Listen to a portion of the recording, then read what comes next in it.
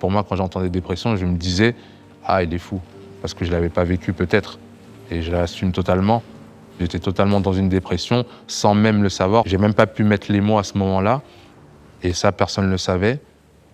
À chaque fois que je parlais avec le médecin, à chaque fois que je parlais avec quelqu'un du club, tout ce qu'on pouvait dire, toutes les discussions, dans les minutes qui suivaient, ça se retrouvait dans la presse.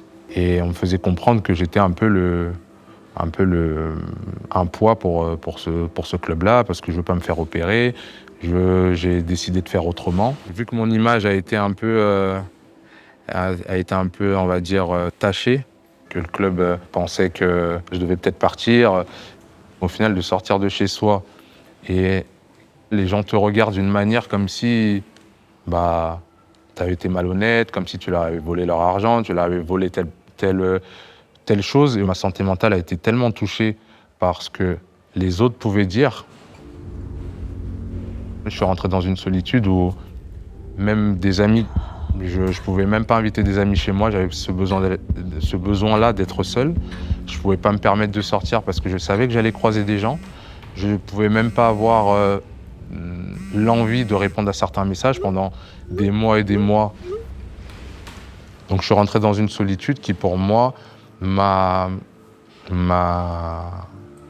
bousillé. Même pour vous dire, le matin, je passais ma journée dans la chambre.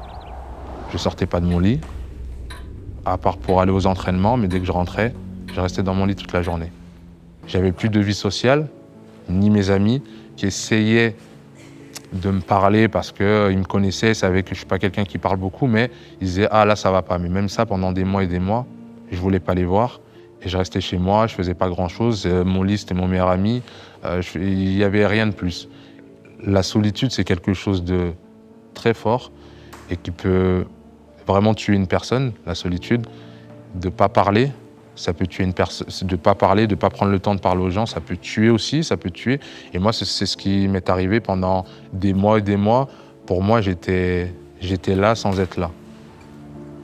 Sur le moment, je pensais pas du tout à ce mot-là parce que, pour être honnête, pour moi, quand j'entendais dépression, je me disais « Ah, il est fou », parce que je l'avais pas vécu peut-être.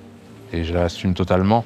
J'étais totalement dans une dépression, sans même le savoir, j'ai même pas pu mettre les mots à ce moment-là. Et ça, personne ne le savait. Et tout le monde pensait que j'étais heureux parce que « Ah, Sam, t'as un cadre de vie. Ah, Sam, tu gagnes bien ta vie. » Mais c'était pas gagner de l'argent qui me rendait heureux, c'était pas ça, c'était l'humain, jouer au football. Et j'avais ni l'un ni l'autre.